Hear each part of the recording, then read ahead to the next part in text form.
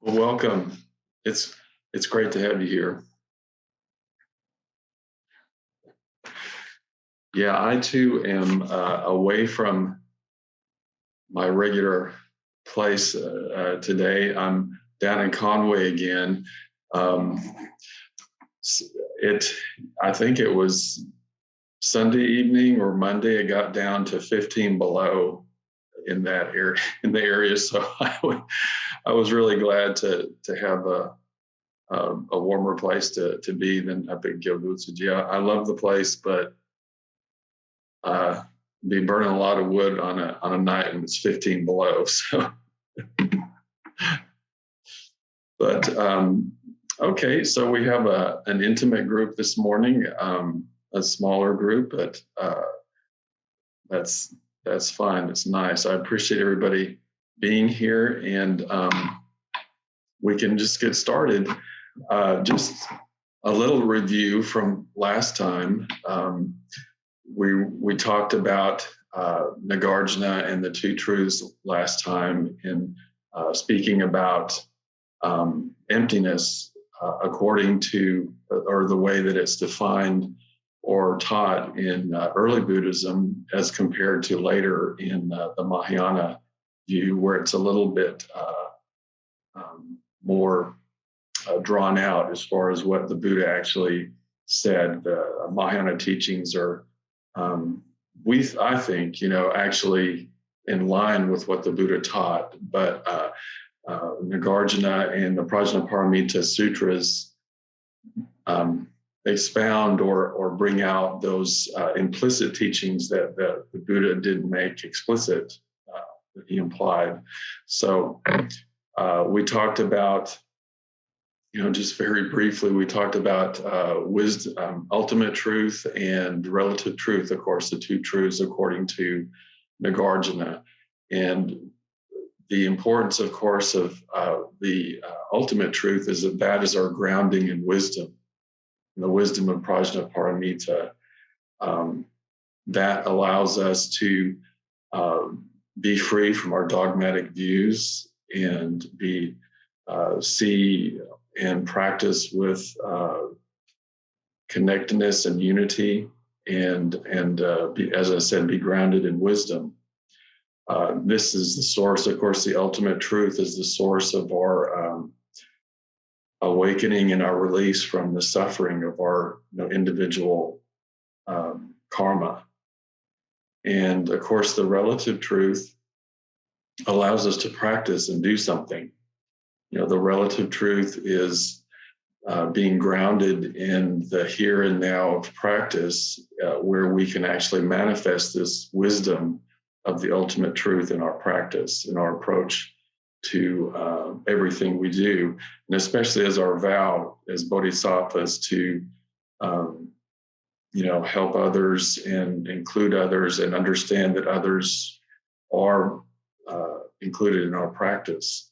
So without this dance, or without this grounding in both of these truths, our practice is incomplete in some way. If we stay in either one of those perspectives, they're actually completely interpenetrating with each other, but the human mind,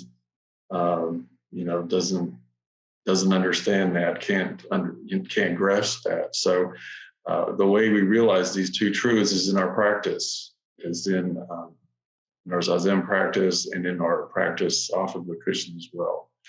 So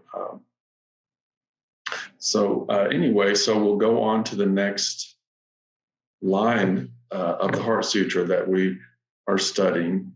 The next line that we were talking about is a very famous one. Of course, it says, no eyes, no ears, no tongue, no body, no mind, no sight, no smell, no taste, no touch, no object of mind, no realm of sight, and no realm of mind consciousness. So this sounds like a very strange teaching, and it can be difficult if we don't understand it correctly. One thing in particular is like this word realm. it's kind of an odd translation, apparently, from what I understand. This is a translation of dhatu, or element, the 18 elements that the Buddha spoke of. So we're not talking about a realm that, really like something different than our normal experience. We're not talking about a different realm of experience. But if we're not careful, it can sound like we're talking about some different realm or some strange metaphysical reality below the surface of what we actually are studying. But actually, this part of the sutra corresponds or is addressing directly this teaching of the Buddhas called, the 18 elements, or the 18 dhatus. And this seems to be a negation of that teaching, one of the fundamental teachings of the Buddha. This is a very, important teaching that Shakyamuni used. And it's just another way for us to look at our experience of life and understand what non-self means, basically. So these 18 elements are just another way to examine our life and our life experience. We've already talked about the Five Skandhas, the teaching of the Five Skandhas. And what else did we talk about? Five Skandhas. Maybe that's it for now, the Five Skandhas, but we'll talk about the 18 elements and the 12-fold chain today. So these 18 elements, are three sets of six, actually. It's these six sense organs, and the mind is included in that because our mind is subject to, receiving an object, so to speak. We can receive thoughts or impressions, that aren't necessarily a normal object of the sense organs in the way that we think of it. So the Buddha didn't make really any distinction between inside and outside of the self. Of course, the self, is an illusion the way that we usually think of it. So he didn't make a distinction between, inside and outside of the self, objects that are inside and outside. And that's really, I think, kind of a fundamental way that Mahayana teaching understood or drew this out into our understanding of that is expressed in the Heart Sutra. So this is an interesting and important teaching to understand. So we have the six sense organs, and then the objects of the six sense organs, and then the contact between these two. There arises some consciousness. It's a eye consciousness, or a smell consciousness, or a mind consciousness. Some kind of consciousness arises due to this contact between the subject and the object.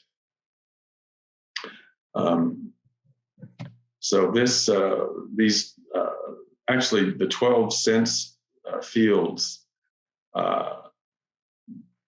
can be spoken of. Actually, the Sanskrit is ayatana, and it's kind of an interesting word because it can be interpreted as either a place of entering or that which enters. So that which enters the self, or that which is entered. So the 12 sense fields are kind of a base teaching that the 18 elements are, an expansion of that. But it's interesting to note that, this is a kind of creation of the boundary between self and other, and self and the external world, so to speak. This is a kind of creation that happens because of our experience of contact.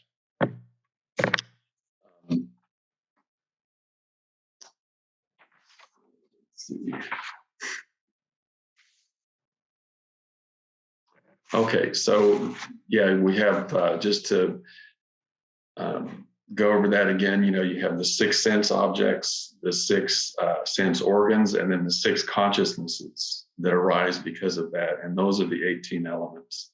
There's actually other, there's more expounding on that too. There's more 6s that we could talk about too, but these are the basic elements of our life, these 18 fundamental elements. So the Buddha talked about that in a very famous sermon. And let's see if my teacher was able to show me how to screen share this time finally, because I've never been able to do it during the meeting except for when nobody's here. Let's see if it comes up. Okay, so this is the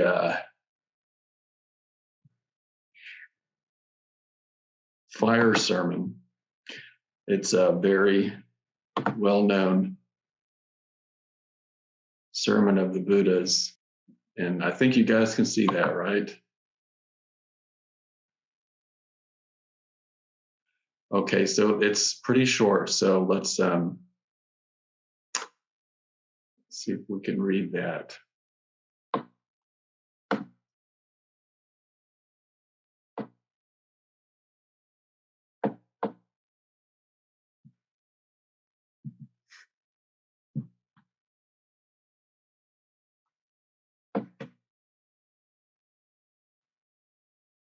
Okay, thus I heard. On one occasion, the Blessed One was living at Gayasya, together with 1,000 bhikkhus. There he addressed the bhikkhus. Bhikkhus, all is burning. And what is the all that is burning? The I is burning.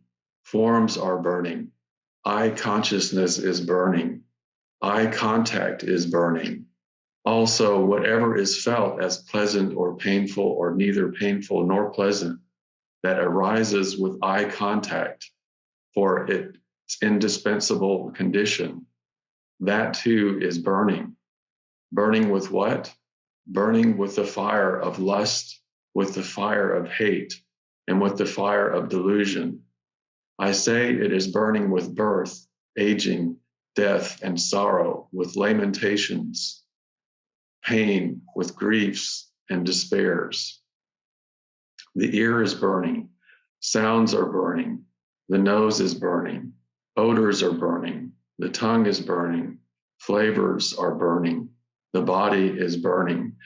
So there he's going through, they've abbreviated here, of course, he's going through all of the 18 elements and listing them off and saying that they're burning.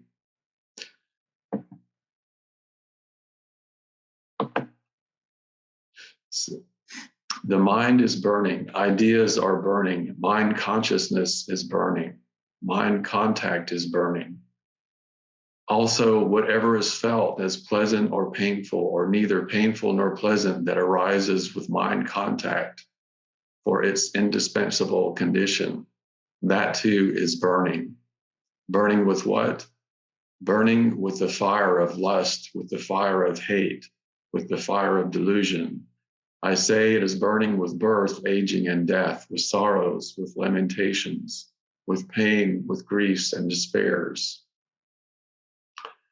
Bhikkhus, when a noble follower who has heard the truth sees thus, he finds estrangement in the eye, finds estrangement in forms, finds estrangement in eye consciousness, finds estrangement in eye contact, and whatever is felt as pleasant or painful, or neither painful nor pleasant, that arises with eye contact for its indispensable condition.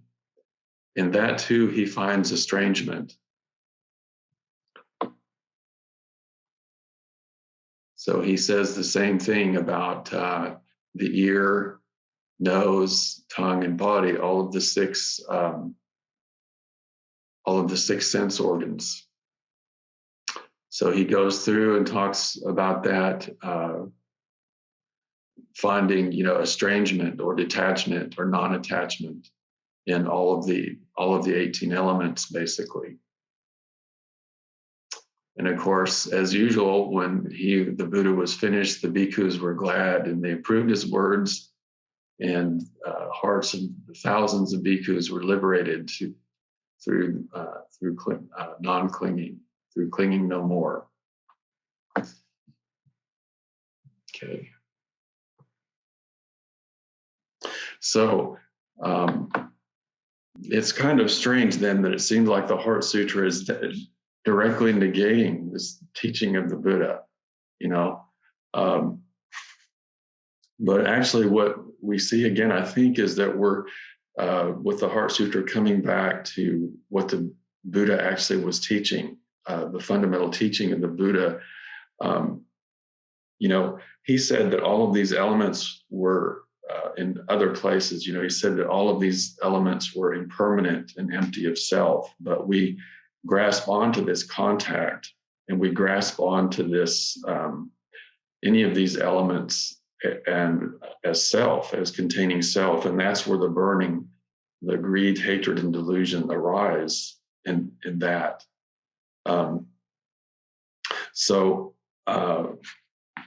That's when we create this inside and outside, and that's what causes, you know, the burning. We create this boundary of inside here, where, you know, we have mind consciousness or whatever it might be, and out there, there's an object. And our approach to that object is either we approach it with greed, we want to get it, or we approach it with hatred or an aversion and we don't want it, or we approach it with some other kind of delusion. Something that's important that needs to be cared for. If it doesn't directly suit our preferences, we ignore it, or we misinterpret it, or we don't see what needs to be seen, and we see things that aren't there, that kind of thing. And, you know, the basic delusion is the attachment to the individual self, this kind of I-making that the Buddha calls it, that is an illusion that arises because of this contact between the subject and object. So the Buddha said all of these things are empty of self, but again, it's somewhere down the road, some specialized kind of monks that drew out this philosophy in the Abhidharma said that there were elements that were the kind of building blocks, as we discussed before, the dharmas, that some of these elements did can stay or exist through time, and they were permanent, so to speak. And some of them are even unconditioned, that are not conditioned by other things.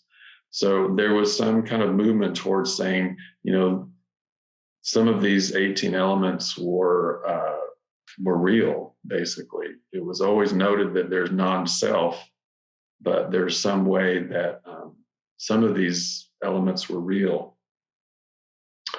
So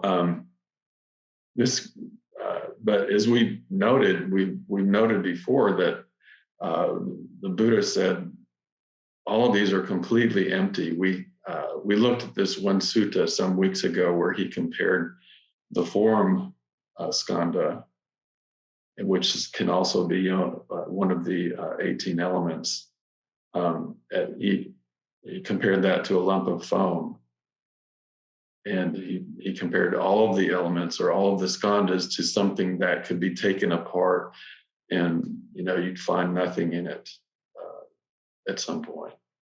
So it's kind of a problem once we ever start grasping at something as an ultimate reality that is always existing. There's kind of a problem. There's the opportunity for clinging, for dogmatic views.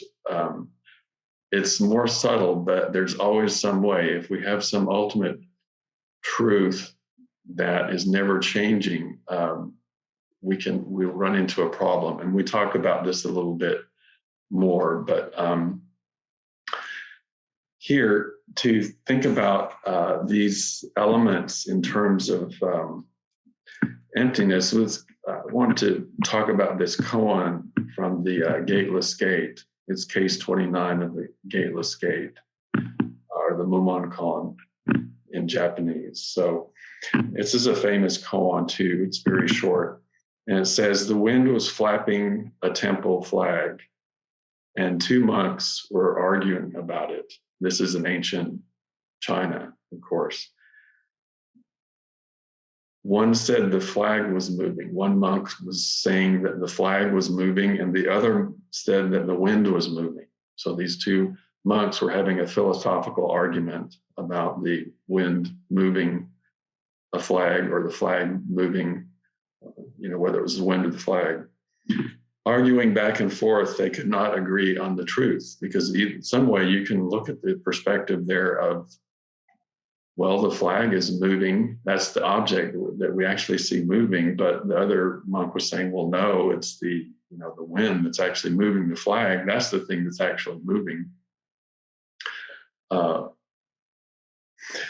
They couldn't come to an agreement. They kept disagreeing.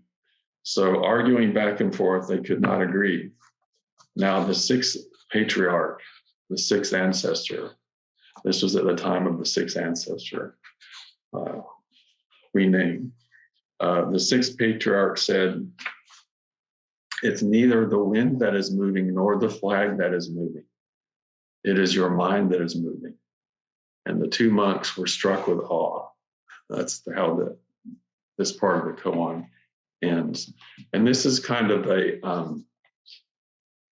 a traditional way of speaking, about the 18 elements, I think, or talking about Buddhism in general and the kind of base psychology at this level.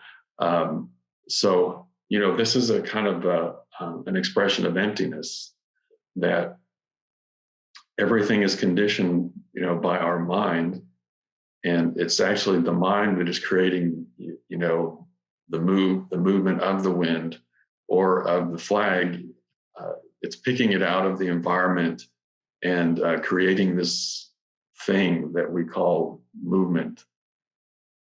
So, without the mind, there's no real movement. There's no, the wisdom of emptiness or unity tells us that it's the mind that's moving. This is a delusion that's created in the mind. There's no real flag and there's no real wind out there. And, or that at least we can't say it exists in the way that we would normally say it. Whether it's there or not is kind of a mistake. That's kind of what the Buddha taught. Talking about whether it's really moving or not, or inside or outside, is kind of a mistake. But so it's a kind of dream, that the mind creates this reality that we think of as the object outside of us. It's a creation of the mind. So that's what this koan is saying, is we're living in a kind of dream and a delusion. And the Buddha said this very early, when he talked about the five skandhas. And he compared them to a magic trick, some of them to a magic trick or a mirage.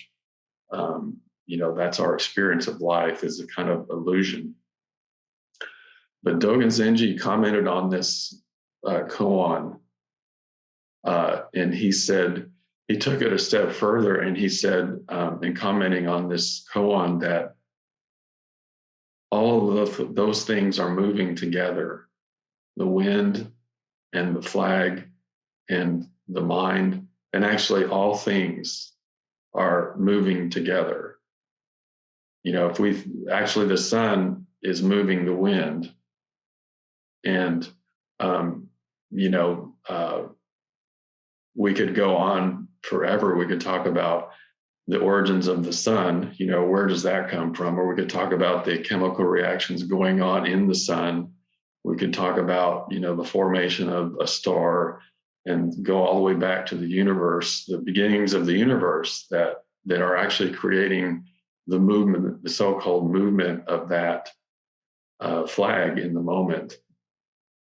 And from any element, we could talk about it from our own point of view too, what goes into the evolution of a human being and the creation of karma in the human mind. That's all going into, the movement of the flag in that moment.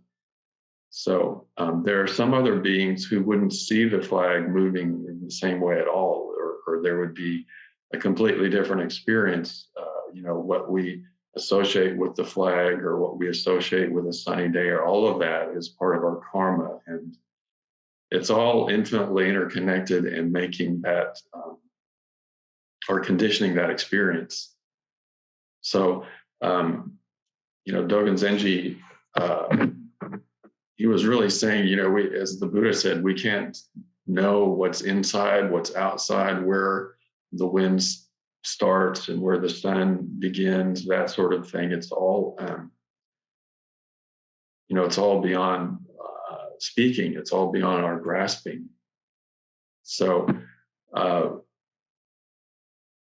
the mind, doesn't move, of course, unless it meets some object. But is that object, does it really meet the object or not? The mind doesn't create the flag moving without some thing happening that we usually think of beyond the mind. But is it the mind or not? So the Buddha said that this kind of consciousness or creation is caused itself by the subject and object arising. So you really start to see, the grounding in the Prajñāpāramitāhṛdaya Sutras of the early, teachings of the Buddha that were really implied, I think, really implicit there. So, but usually we do make a mistake, we can't really say, definitively whether it's the mind or whether it's the wind or whether it's the flag. If we say that it's the wind or the flag, we're kind of fooled by our senses, and that leads down to the road of nihilism or materialism. Basically, if we say there's an external world that really exists and there's a flag there being moved outside of us by the wind, and everything is just kind of like a big machine, outside of us that of cause and effect, we fall into the materialism, view, or the nihilistic view that everything is just impermanent and it's just a big machine that has no meaning or other than just material, the material existence. So that in the Kaccayana Sutta, that was, seeing, getting caught into the nihilistic view of impermanence, the only impermanence. But if we say, that it's actually just the mind moving, that everything is the mind, we can get caught in a kind of idealism that everything is the mind and everything is me, and therefore I am God, basically. The kind of solipsism where everything is me, so I'm the center of the universe, and there's a kind of eternalism or an idealism that the Kaccayana Sutta also said was wrong and causes suffering. So in one way, how do we see something if it's not part of the mind? How do objects fundamentally perceive each other if they have some fundamental difference? It's really, if you think about it a little bit, it's not possible for two different things to perceive each other if they're fundamentally different. If they're separate fundamentally, there's no way for them to meet. But at the same time, how do they meet, if they are fundamentally the same or not this? If they are the same or not the same, there's no way they can meet. If you take it to its logical conclusion, how do you see something that is you? If it's actually part of your mind already, then there's no way to see it. We can't see our mind. We can't see the functioning of our own mind. So this is what emptiness, it tells us, is that, and the Kaccayana Sutta and the teachings of the Buddha, that these kinds of boundaries that we create between inside and outside and self and other, or where suffering is really rooted when we grasp onto one view or another, when we grasp onto a view. So, so the Buddha was, the Heart Sutra, I think, was, it's coming back to remind us of that when it says there are no eyes, no ears, no nose, no tongue.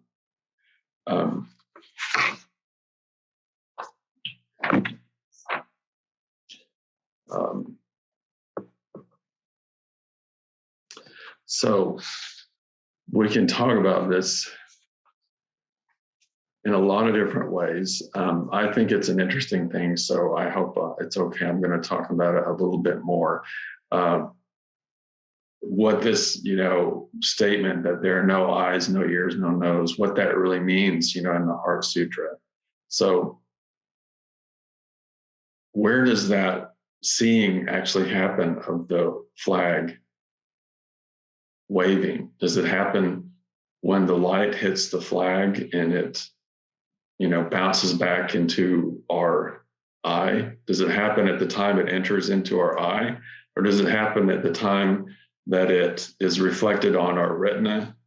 Or when it, I don't know all the deep physiology here, but, when it's taken in a nerve path up to the brain and we somehow perceive it, is that when we see?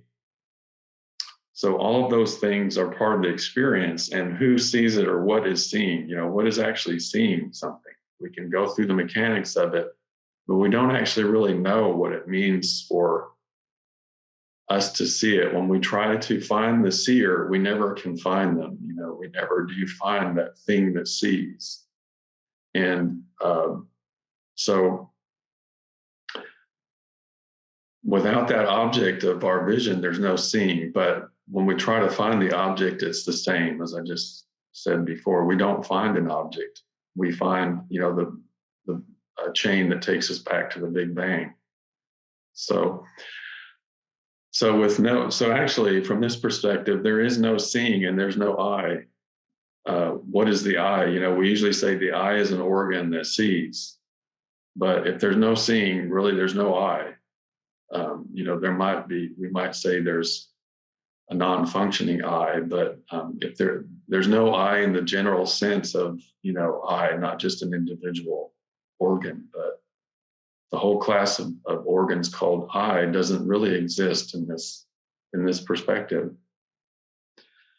So, another kind of way of thinking about it, this is what Nagarjuna was talking about too, that he said that as well, it's pretty much related. If an eye is dependent on seeing, and a runner is dependent on running, but actually they aren't one thing. A runner, are they a runner when they aren't running? We say they are when they're not running, but that's just a concept.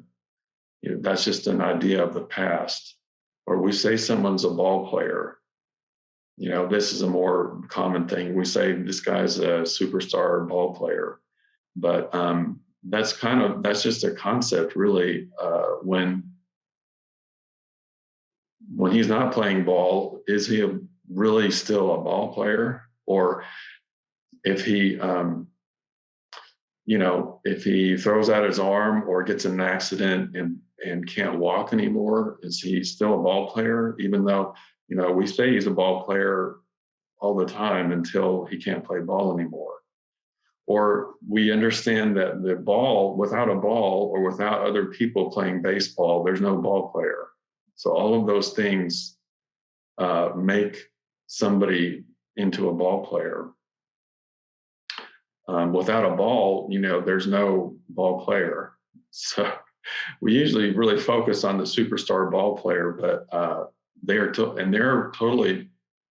superstardom is totally dependent on us to make them a superstar. Without an audience or without TV or without all of the ball players who came before them to hand down the game of baseball, there would be no ball player. And so in the moment of somebody hitting a baseball, they're playing with the ball, but anything else is kind of a concept, like when we call them a ball player and they're not playing ball, it's just an idea in our mind. So it's the same thing with, an eye or an ear or a nose or a tongue, really. It's an idea that in the moment we might have, but it's actually dependent. Of course, it's just a dependent concept, as we studied last time. It's a relative term that doesn't have an ultimate meaning or an ultimate truth. So this is the kind of thing that the Heart Sutra is talking about, and it's also what the Buddha was actually saying too, I think, when in his teachings on the 18 elements. So also we can talk about the function of an eye and how it's dependent on so many things, like the other parts of the body that allow the eye to function. So, without the lungs, the eye can't function. Without, taking in oxygen into the body, without the bloodstream, without the heart pumping, all of these things allow us to see. And all of those things are part of our seeing. And all of, that air that comes in from outside of us supposedly allows us to see on some level. The things that we eat allow us to, send nutrients to the eye and so forth. So all of those things are part of our seeing. The food that we eat, that's grown by countless numbers of people, and the sun and the rain all go into growing crops, et cetera, et cetera, et cetera. That's all part of our seeing. So,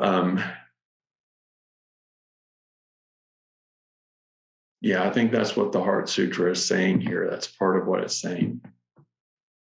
So it's very important, of course, for us to understand this. Oh, did I go back to, can you guys still see me? I hit something on my screen and I can't see you anymore. Yeah, we can see you. Okay, thanks. Let's see if I can get it back. Thank you. Okay.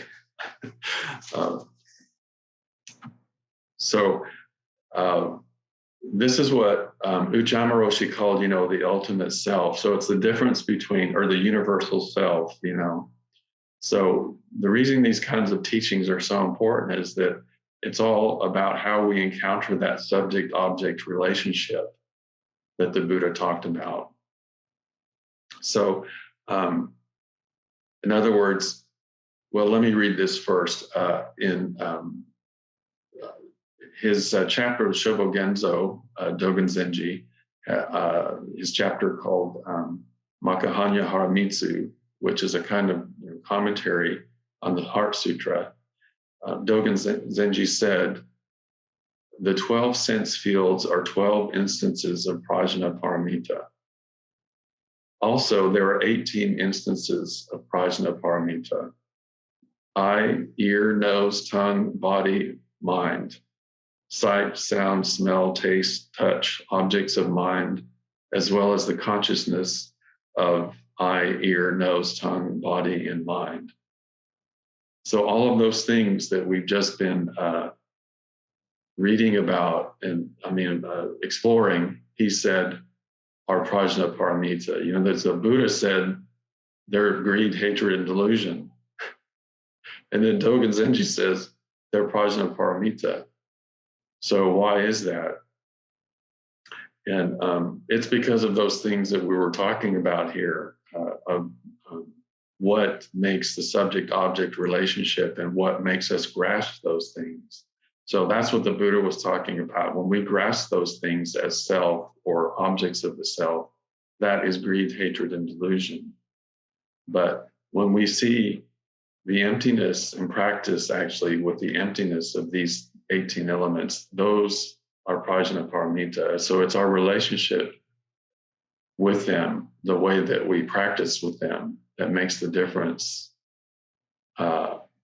there is no real difference, but everything is changed actually in our own particular world.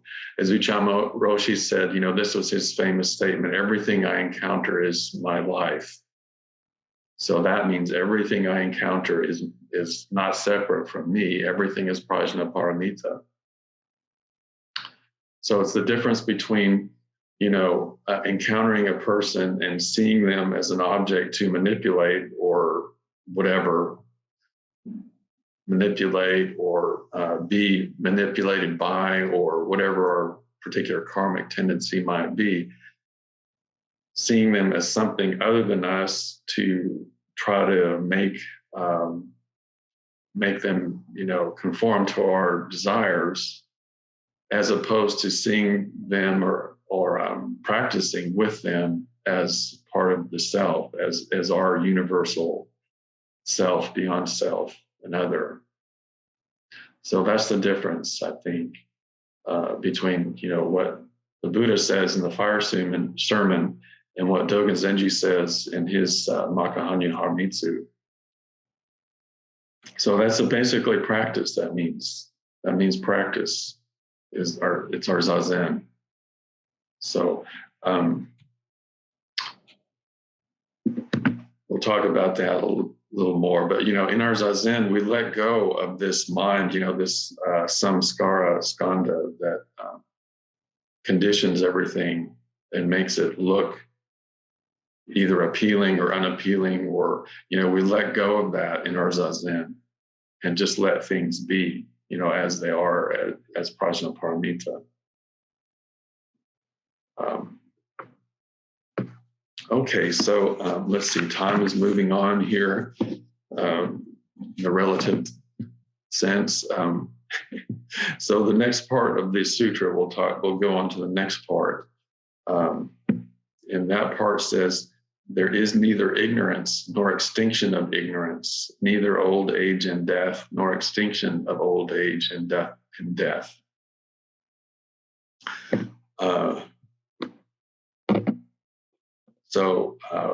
We won't go on to the Four Noble Truths. It also says no suffering, no cause, no cessation, no path. But we'll talk about the Four Noble Truths next time. That's what that is.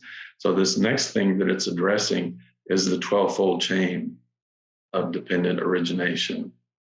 And of course, that's a very fundamental teaching of the Buddha as well.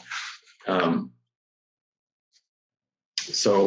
don't have a lot of time to talk about it, but this is kind of a hard teaching for me. A lot of people, I think, to actually get. It doesn't make a lot of sense, really, in a certain way, the 12-fold chain, unless you really. There's so many different ways to interpret it. It can be very confusing, and there's no sort of definitive interpretation, I think. But I think the main thing that it's saying, though, that we want to get is that the cause of our suffering is rooted in ignorance, the first link of the chain. And it's carried out by action, ignorance and action are karma. So those first two links of the chain are very important. So in early Buddhism, the fundamental cause of our suffering in samsara is ignorance. And so we create karma, the cause and effect causes suffering for us, that we can't, escape this cycle of cause and effect that keeps us suffering and causing suffering for others. But through practice, we can sort of cleanse these defilements that cause our ignorance, and wisdom arises, and we can escape from this cycle of suffering in samsara. So that's the basic teaching of early Buddhism, and it's explicitly really gone into detail with this 12-fold chain, which is dependent origination. This is the explanation of dependent origination.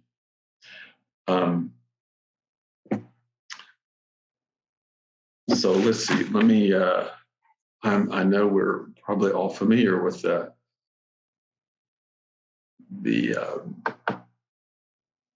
12-fold chain, but it's to me to kind of see it in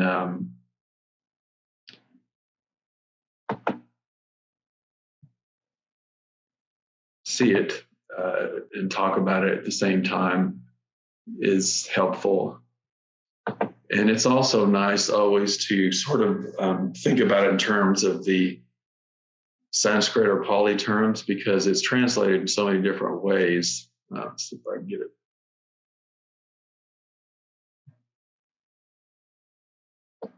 But of course, the basic teaching is here that any of these, let's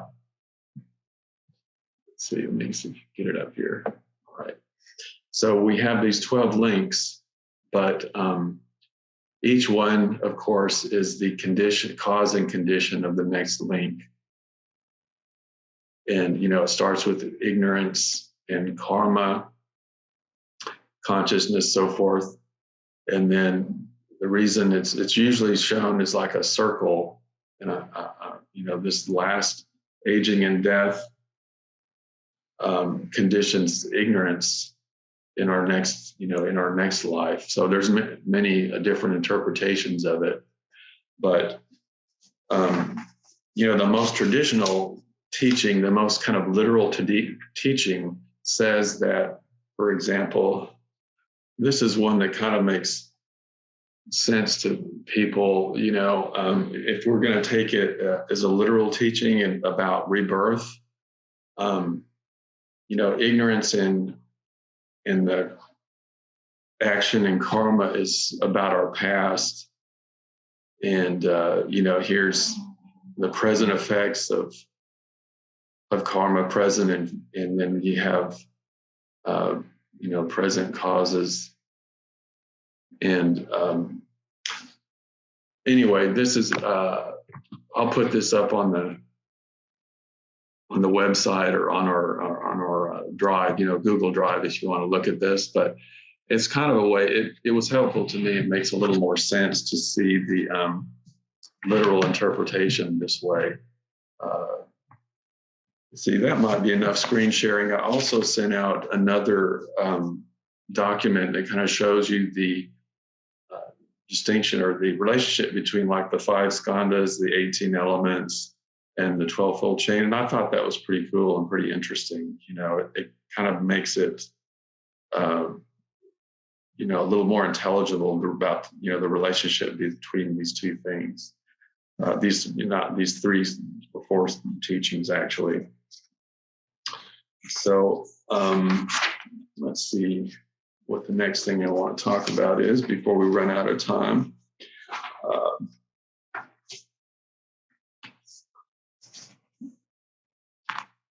So maybe we don't need to talk about the literal interpretation of the links in the chain so much, and to talk about any of the individual ones maybe isn't so important. The main thing to know is that we're talking about ignorance as the basis for delusion and karma, and actually,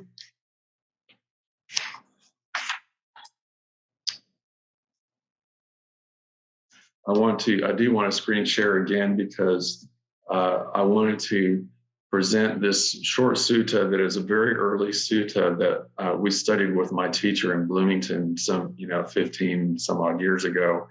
That is very interesting, and it's an earlier version of the 12-fold chain, but it's there's only 10 links in it, but it's not totally apparent which 10 links they are, but you'll see that that it's there. It's basically talking about dependent origination too, but it's much earlier. It's an earlier version from the Sutta Nipata, which is considered probably one of the earliest texts of the Buddhist canon. That, along with the Dhammapada, are considered to be the earliest ones, and probably they have the original voice of the Buddha in them, as far as like things that we can really say he probably literally said these things.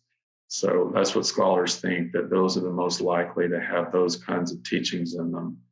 So let's see. Let's bring this up again. Usually I refer to this as the disputes and contention sutta, but anyway, there's a person who comes up to the Buddha and asks the questions. He says, "Sir, whenever there are arguments and quarrels, there are tears and anguish, arrogance and pride, and grudges and insults to go with them. Can you explain how these things come about? Where do they come from?" So he's talking, about a very normal and pervasive thing. It's kind of amazing to see that people 2,500 years ago had the same questions that we do now. Like, why are we fighting and trying to kill each other all the time, and what can we do about it? And the Buddha says, "The tears and anguish that follow arguments and quarrels," said the Buddha, "the arrogance and pride, grudges and insults that go with them are all the result of one thing. They come from having preferences, from holding things precious and dear. Insults are born out of arguments, and grudges are inseparable from quarrels. But why, sir, do we have these preferences, these special things? Why do we have so much greed? And all the aspirations and achievements that we base our lives on, where do we get them from?" So the Buddha says,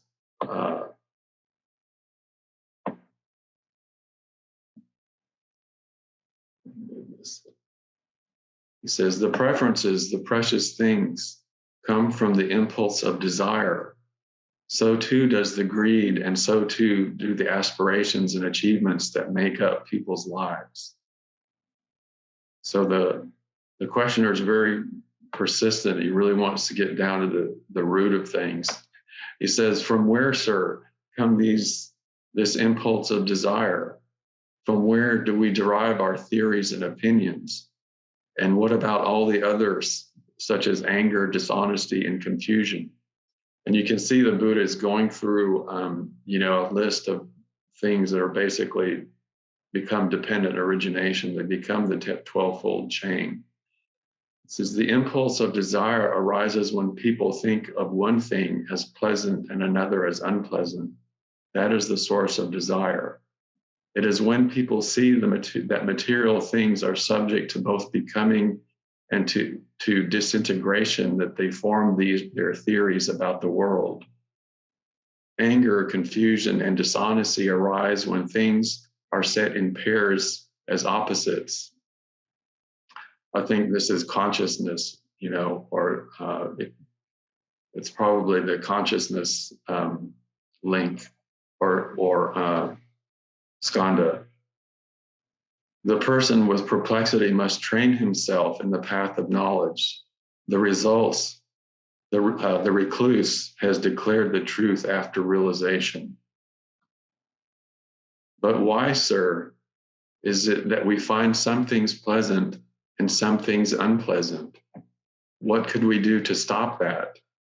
And this idea of becoming and disintegration, could you explain where that comes from?" It is the action of contact, of mental impression, that leads to the feelings of pleasant and unpleasant. Without the contact, they would not exist. And as I see it, the idea of becoming and disintegration also comes from this source, from the action of contact.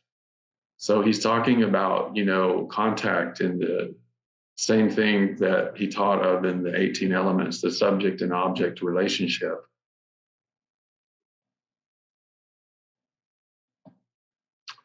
"So what, sir, does this contact come from? And the grasping habit, what's the reason for that? Is there anything that can be done to get rid of possessiveness, and anything that could be eliminated so that there would be no more contact?" The Buddha says, "Contact exists because the compound of mind and matter exists. The habit of grasping is based on wanting things. If there were no wanting, there would be no possessiveness. Similarly, without the element of form, of matter, there would be no contact. So we'll talk about this in a second, but this is a very important part. This compound of mind and matter is nama-rupa, and it's one of the five skandhas, but it's actually different here. This is a much earlier version, apparently, of nama-rupa that Buddhist scholars think evolved, the term evolved to mean something different than it does here. We'll talk about it in a second. What pursuit leads a person to get rid of form? So, the Buddha is saying the object of contact is form. So the same thing he's saying in, the 18 elements, that this greed, hatred, and delusion arises because of contact with form or the object. How can suffering and pleasure cease to exist? This is what I want to know about. And so the Buddha says, there is a state where form cease to exist, said the Buddha. It is a state without ordinary perception and without disordered perception and without no perception and without any annihilation of perception. It is perception, consciousness, that is the source of all the basic obstacles. This is the key. That's the key of this sutta. And we'll talk about it in a second. Sir, you have explained to us everything we have asked you about. There is one more question we would like you to answer for us. Do the learned scholars of the world say that this is the highest purification of the individual being, or do they say that there is some other kind of goal? The Buddha says, there are scholars and authorities, replied the Buddha, who say that this is the highest in the purification of the individual. There are others who maintain that the highest purity is to be found in the complete eradication of the five components of the person, the five skandhas. And there's also the muni, or the sage, or the wise man. He has realized which things are dependencies, and he knows that these are only crutches and props. And when he has realized this, he has become free. He does not enter into arguments, and so does not enter the round of endless becomings. So this is an amazing sutta to me. First, to start at the last part, that's to me so apparently related to the Heart Sutra and to Nagarjuna. He says here at the very end, here is the wise man. Here is the wise man or woman, we would hope he would say, because there were bhikshunis too. There were female nuns. There is the muni, the wise man. He has realized which things are dependencies, and he knows that these are only crutches and props. So this is the same thing that Nagarjuna said, that we have to know which things are relative conceptual terms, and that these are only props for us to practice to get to the ultimate awakening, the ultimate truth. That is, the relative truth is an expression that we use to teach about the ultimate truth, but they're only props. The relative truths are not reality. We usually cling to those relative truths and think that they're real. We think that those are reality, but they're not. If we need to be very clear on that.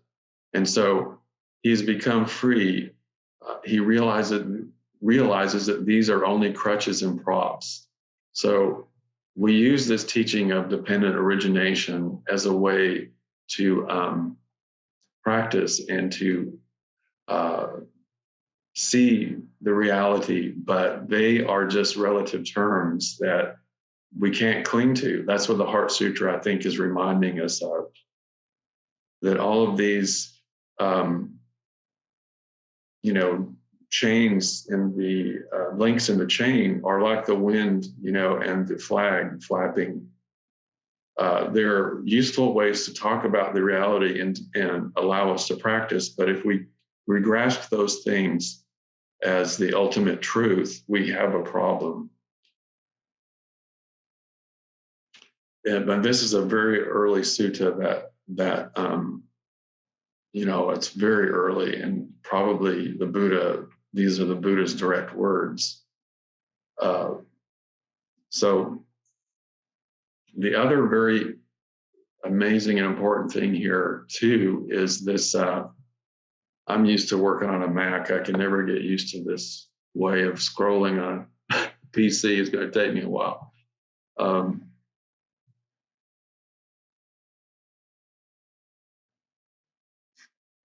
This verse 13 here, where he says, there is a state, and probably this, and we don't really like this word state. It's probably better, I would imagine, a better translation would have been a practice. There is a practice rather than state, probably. So there is a state where form ceases to exist. So when form ceases to exist, there's no contact and no suffering. We talked about no greed, hatred, and delusion arises when there's no form. So without ordinary perception, and this is what we do in our Zazen practice. This is like a description of our Zazen. So it's a state without ordinary perception. In our Zazen, we're not perceiving things in the ordinary way. We're not grasping them and saying, this is my life, this is what I need to do. We're letting them all come up, all views, sensations, experiences. We just allow them to come up, and we don't, grasp them like this. So this is not the normal way that we perceive things. We don't categorize them according to our desires or our preferences. And it's without disordered perception.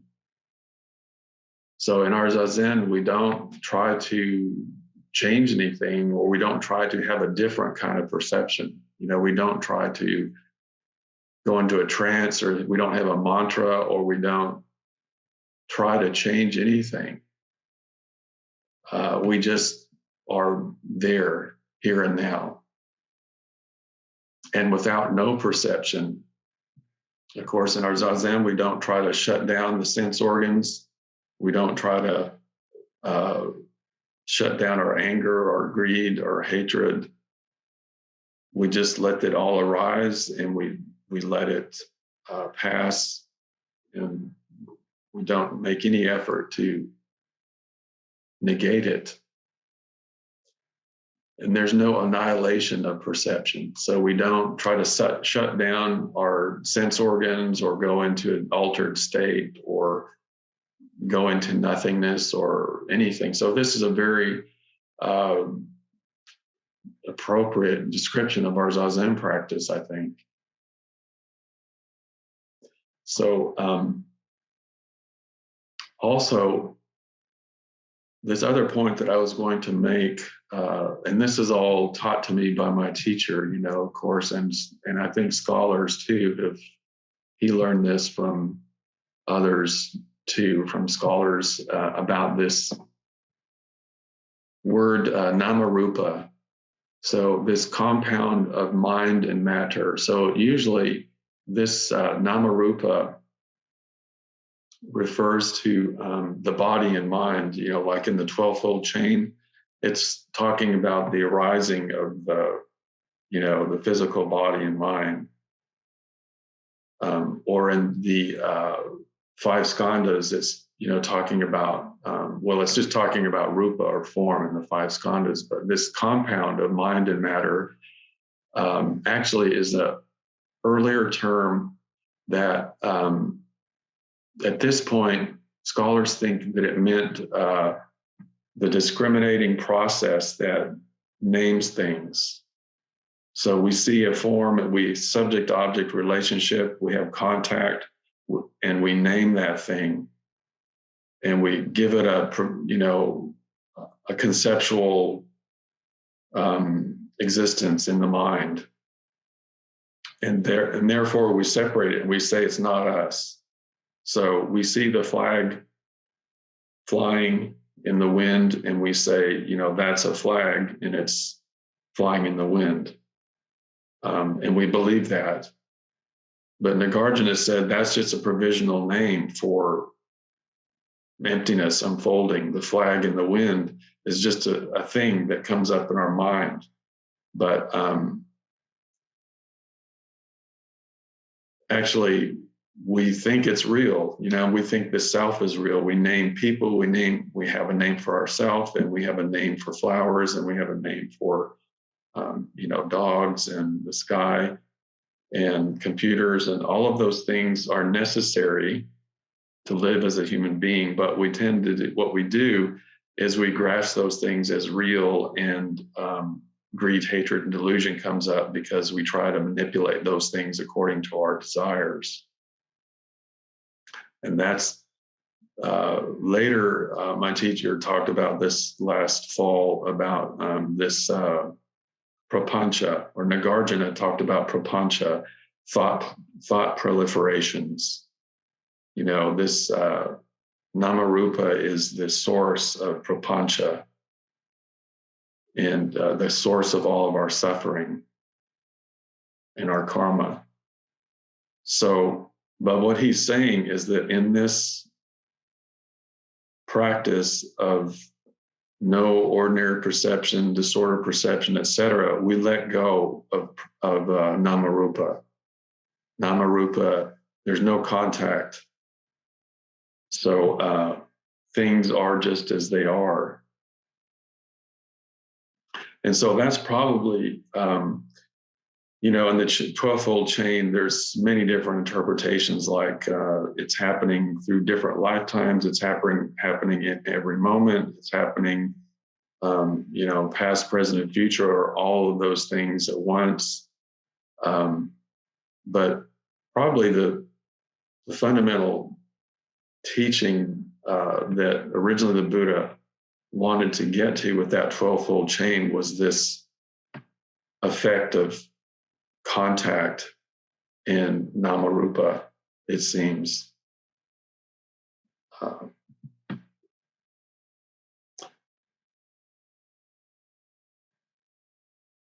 So let's see. It's already 10 after. I'm sorry I've talked so much, and I didn't really give many examples of from my own life that I usually do.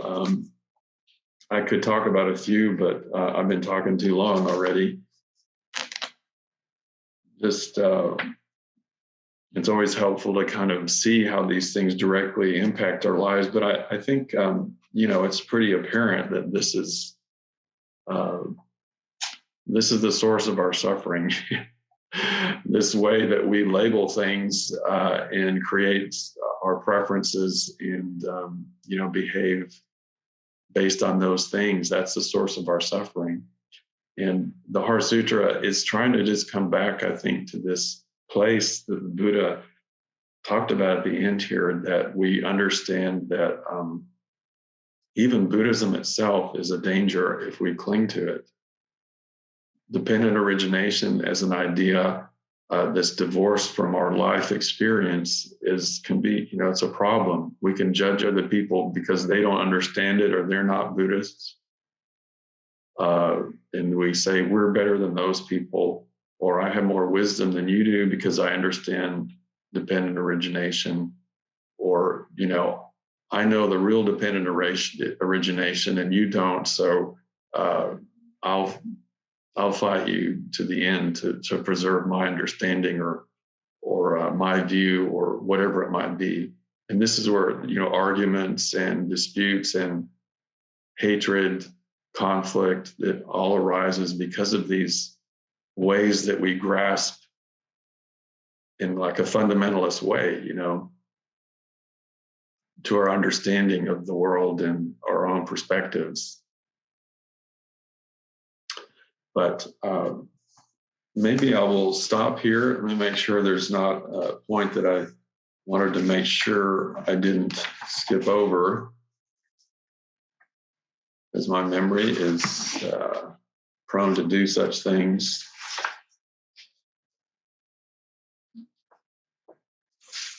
I think that's mainly what I wanted to say today. So I can stop my screen sharing and see if anybody has a comment or question.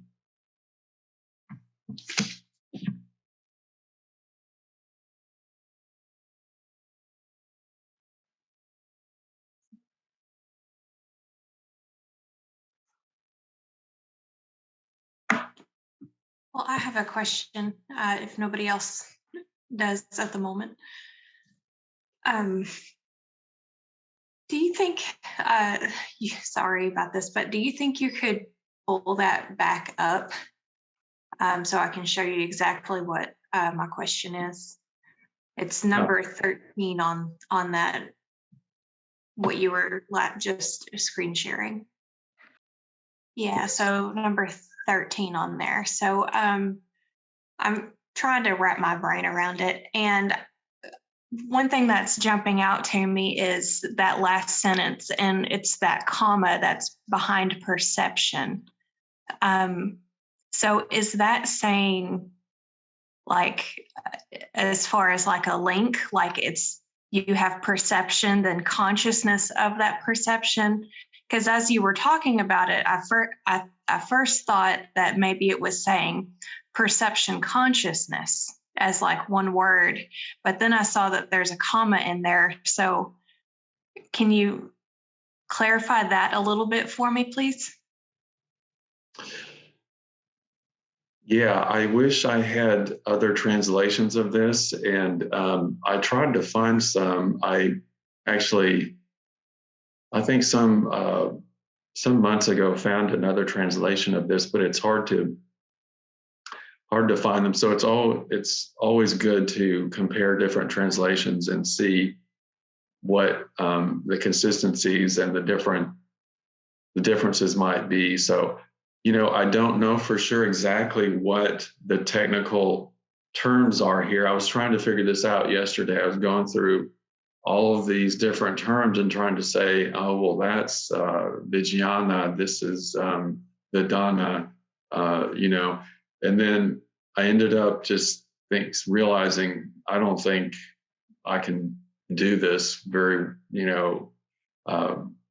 authoritatively, or so I don't know the actual technical links in here, which ones correspond to like the 10 links that we already have, or if there are some different ones that aren't mentioned in the traditional one. So I apologize for that. All I can say is that here, to me, it's just saying, basically, we can have, a perception before we're conscious of it. That's kind of a general understanding, in the Five Skandhas and in the 12-fold chain. We can have a perception before we're actually conscious of it, and the body can carry out harmful karmic deeds without consciousness, I think, due to our past conditioning or just our conditioning as being a human being. But the way that we can really practice, though, as a human being and address these kinds of things is through our conscious understanding at some point. I think we have to learn somewhat about the teachings, but the body definitely has to be involved, the body and the mind. That's why we can't just sit here and talk about these things and then we find that it's okay, that we can know the wisdom intellectually and then our life changes. So, perception on a base level is different than being conscious of it, although we can be conscious of our perceptions. But when we sit in Zazen, we let go of all conscious, subconscious experience. All the letting go, happens on fundamentally physical level and a mental level. You know, we know that those things are completely intertwined, of course, as well. So yes, Nama-rupa is a really conscious process, but we have to address more than really Nama-rupa, I think, too. We have to address these subconscious kind of perceptions and judgments that happen before we're even aware of them. I hope this is addressing your question, or maybe what your question is. So I don't know exactly technically what it means, you know, here for sure. But my interpretation, or my understanding of this is that we definitely have to address the total being. We can't only address the mind, of course. That's a very tiny part of our existence. And so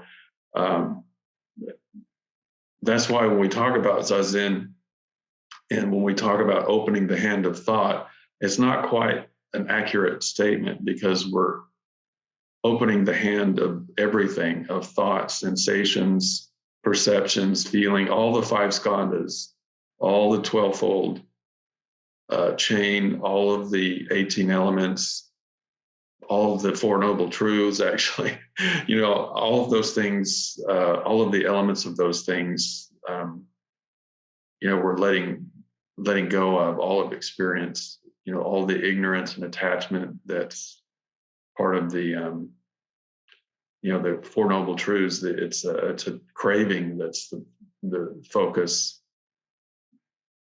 that we let go of in Zazen. You know, that's the Four Noble Truths. We'll talk about that next time. But so is that addressing your question? Is that what you were asking? Yes, you answered that, because when I was thinking about it, I wasn't quite sure if there was a difference between the things that I was asking, and you clarified that very well for me. I appreciate that. You're welcome. Yeah, that's a good question. I mean, it's important to remember that these are very deep delusions that go deeper than the mind. And that's why we can't just think our way through all of this. And we have to have a practice that we do with our body. That's really important. We need to take care of both things. And the intellectual part, of course, in the end, it's just a tiny drop of the reality that we use as a human being, because that we're intellectual creatures. You know, that's our tool. That's our preference for filtering reality through our intellect, you know.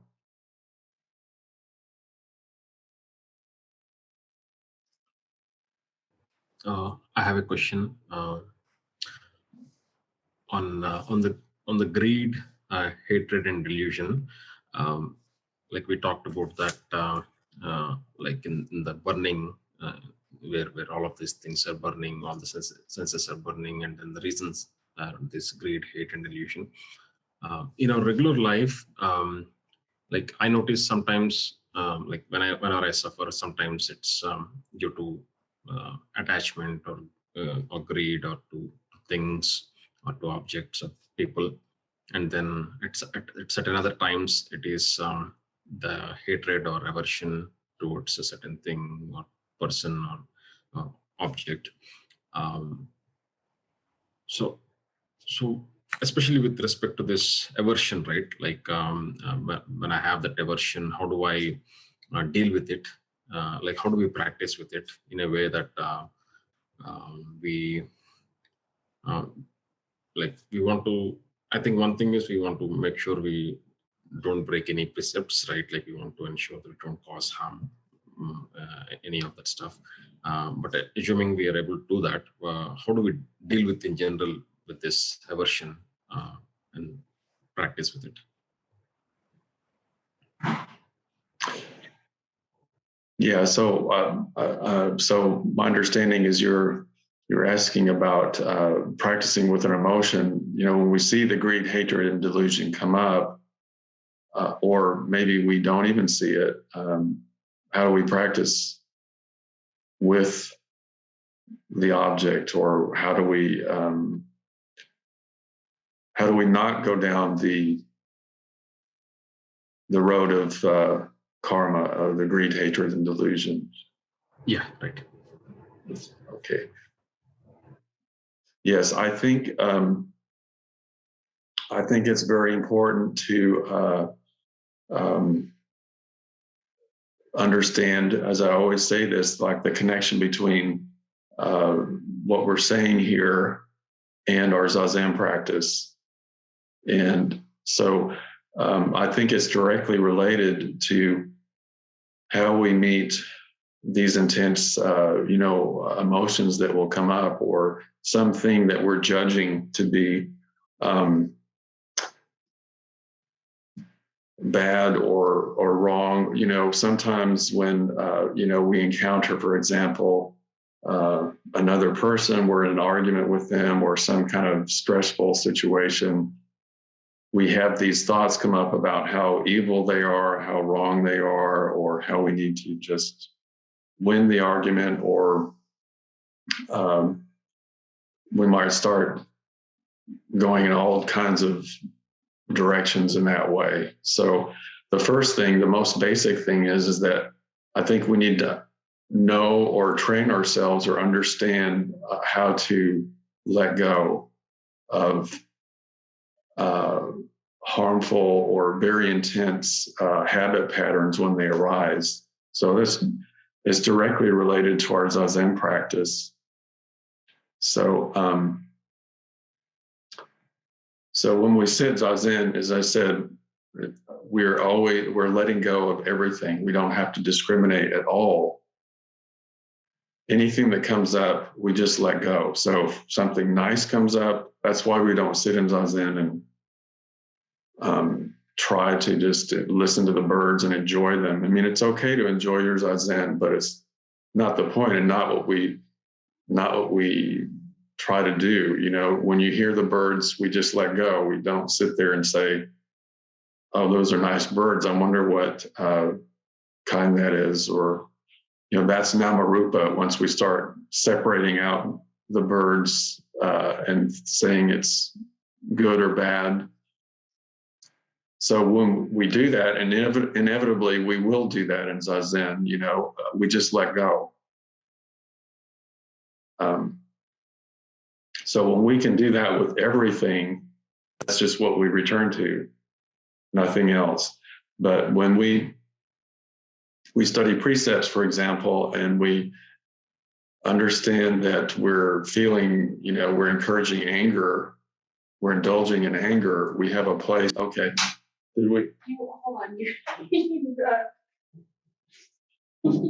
You left the meeting. He's back now. Oh, okay. I didn't even touch anything. You weren't on the list of participants for a minute. Okay. So we've lost a lot of your answer. You froze. Oh, it froze? Yeah. Okay. Well, I don't know how much you heard then, because it froze up apparently. I think just the last minute is frozen. I think before that we heard. Just the last few things, the last few words? The last minute or so, yeah. Okay. So,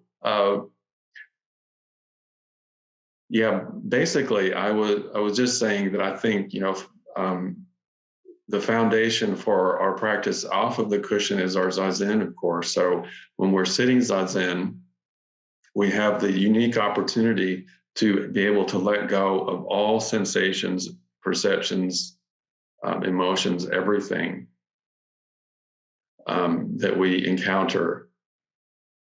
And we can just be. Of course, in our daily life, we can't do that. We have to discriminate, and we have to deal with the difficult objects that we encounter, the so-called objects. But as you said, one way that we can think of it is that we have precepts one reason that we study precepts is that they give us a sort of foundation of a place to return to in our life, the way that we return to our posture in Zazen. So once we're thinking in Zazen, or we have anger come up or whatever, we just return to the body here and now. We just return to the body and mind here and now. When we're in a situation, a difficult situation, an argument where we have judgments coming up about someone else, for example, and we see that, we know there's a precept, for example, that advises us not to indulge in anger, or not to speak of the faults of others. And so we return to that and we let go of that feeling or that emotion or that judgment. And, the more we sit Zazen, I think the more we start to understand the things that trigger us, or that we're more likely to indulge in, the kind of karmic judgments, the kind of habit patterns we have with emotions and actions. And the more likely we will be able to let go of those things when we're off of the cushion. So the main thing, though, we have to have that foundation of being able to know what it means to let go in Zazen, or, not what it means. That's not the right word at all, but just to be able to do it. Because we don't know what it means, really. The meaning is just a construct. Practice is what letting go is. So that's the main foundation, I think, that we have is in our Zazen. And then the reason that we study these kinds of relative truths are to help us understand, our karma. So it can be helpful to know, well, I'm really triggered when somebody starts talking about socialism, or when somebody starts talking about, racial issues or whatever it might be, that we study our karma and understand that I have some conditioning around this that I need to, attend to when I encounter it. And that's the difference between Zazen and what we do off the cushion, I think, is that we can take these kinds of relative terms and study them, a bit more deeply, so that we can let go off of the cushion. It's still just letting go and allowing Zazen to inform our life. But from the relative perspective, we need some help. We're intellectual beings, and we have to function in society. So we need to understand something about ourselves and the world around us, and how they condition each other from the relative view, so that's why, Nagarjuna said the absolute truth cannot be approached or expressed without the relative truth. So it's actually an expression of relative truth, of absolute truth. These things are expression of our Zazen when we practice. So they're all absolute reality when we practice with them, whether it be, with the 12-fold chain. If that's helpful to us, that's absolutely a practice that is the Buddhist teaching. And the Heart Sutra is not saying don't practice with dependent origination, but it's saying understand that that is a relative truth and not an ultimate reality in the way that we might grasp it. But I think it really comes down to understanding, or not understanding again, but the ability to let go, and that's a term, there's no way to explain what that means. Really, it's in our culture, it means so much, but it's not just the way that we're talking about it in a normal way. It's our Zazen is something that can't be explained. It can only be done, or it can only be surrendered to, or it can it does us whatever we want to say. So, did you have a question, Mel? Well, what came up for me, I guess, as you were talking about the 12-link chain, and even with you know, Mahish's question is you know, an experience like that I had just yesterday, that it felt like you know, kind of applied with this, just in terms of having someone, or my supervisor had called me to ask a question, and I couldn't give an immediate answer. I had to kind of talk it through, and through the conversation, I could kind of get that she was getting frustrated because she wanted like an immediate answer. And so when I finally came to this answer, she was like, you know, kind of, you know, well, that's all I was asking, and hung up on me real quick. So it was like, you know, and it was funny because I had that immediate reaction of, well, that was not nice, you know, like, you know, and I just kind of, but I noticed, I think it's because of the Zazen that I noticed my mind kind of starting to go that way. And I kind of was like, now wait a second here, you know, like she called me, asked a question, I was giving her the answer. There's really no reason that I need to get upset about anything, you know, like, and before she had asked me the question, she had said that she had she was having a bad day. She had a couple of people yell at her, you know, earlier, that were like consumers, and just, you know, was kind of having a bad time, if you will. And so it was like through that kind of recognition of, we're all human, and and then I could even see how maybe it was a little frustrating because she just wanted this answer and I couldn't, you know, just spit it out. I had to talk it through, you know, that can be frustrating for some people. So it was like I was kind of, instead of like ruining my night and, you know, thinking, well, that was crappy, you know, I just kind of tried to let that go in that respect, I guess. But then the next day she was like, we talked again, and she like really felt bad. She's like, I'm so sorry, I just hung up on you right away. And she had thought about it all night, you know, and just how bad she felt. And I was just like, oh man, you know, that's, you know, then I felt bad because I'm like, I didn't want you to feel bad. Like, that's just, we have enough in our emotional banks that we can sometimes allow for people to just spout off a little bit, and like, it's okay. We don't have to take it personally. We don't have to let it go, take us those places. We can just kind of like, they were having a bad day. Sorry, that was big, long blah. Yeah, no, I think that's really a great example of how we make this practice sort of an offering. You know, it's not some kind of a thing that we do just for ourselves, but it can really be an offering. I mean, there's two elements there, at least two elements I think about right now. One is that it's an offering to allow others to be human, as you say, because we see that things are conditioned. You know, we understand that there's more going on than just what's arising right now. There are conditions that promote difficult states for all people. And so we need to, you know, we take that into consideration and know there's no actual person there that's responsible completely.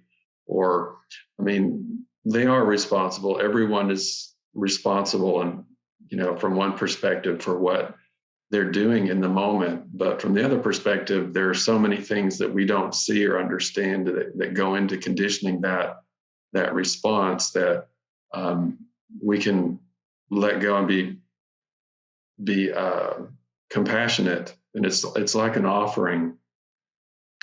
Our practice is an offering, so that, you know, when we engage somebody with anger, when they give us anger, it just is a vicious cycle of resonating throughout both of us and throughout many other interactions, probably. But when we can let go like that, at the risk of sounding, sort of new agey or whatever, but the energy can just dissipate on its own. It doesn't find a place to settle. But when we grasp at it, we just intensify it. It's the same thing we do when anger is coming up in our own mind. We grasp it and we somehow multiply it by trying to fight it, either fight it off or indulge in it. But if we can just let it pass through us to some degree, it's much more easy to practice. It's much more of an expression of emptiness, so to speak. The grasping is where we get into trouble. And the other thing I was going to say about it is that our Zazen practice and the teachings give us that faith to let go in a moment, so that no matter how bad we're feeling and how judgmental we're feeling about somebody, if there's some understanding that we know that everything is not real, nothing is real on some level, that's what the ultimate truth tells us, that none of this is real, like none of this hatred, is real. Anything that we can experience is not real on some level, that it's empty and it's an expression of reality. It's not the bad thing that we think it is. Even the most terrible things that can happen in society, our Zazen practice allows us to express the faith that it's okay. On some level, it doesn't mean we don't do anything about it, but on some level, we have the faith to let go and keep going and engage on a level beyond despair or judgment or hatred. So, sometimes we encounter somebody who really doesn't conform to our offerings at all. Somebody who, might have real difficulties or problems or a disorder or whatever. And even in that instance, if we have the faith of practice, we can let go of the judging, or let go of the cycle of kind of suffering on some level, on its deepest level. But that, it's very hard in deep practice when it seems like people are in our government are exploiting others and trying to do things for their own selfish or self-centered. Millions of people, being exploited, or whole entire races of people being exploited because of a few individuals' desires. It's really difficult to not judge that, for example, for me. And but in some way we have to let go in order to address it with wisdom or with compassion. Otherwise, we just fall into the same old patterns of delusion and hatred. So it never means we don't do anything, and it never means it's okay no matter what happens. It just means that we don't indulge in samsara and go down the path of greed, hatred, and delusion, but we instead aspire to make our activity and expression of prajñāpāramita. And that means doing something to me. We do something, but we do it in the light of wisdom.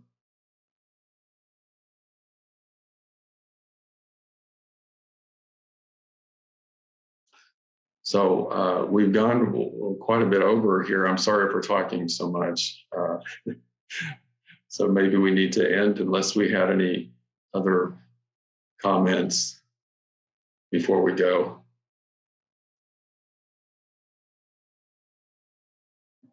Okay, well, thank you very much. I hope you guys have a great week.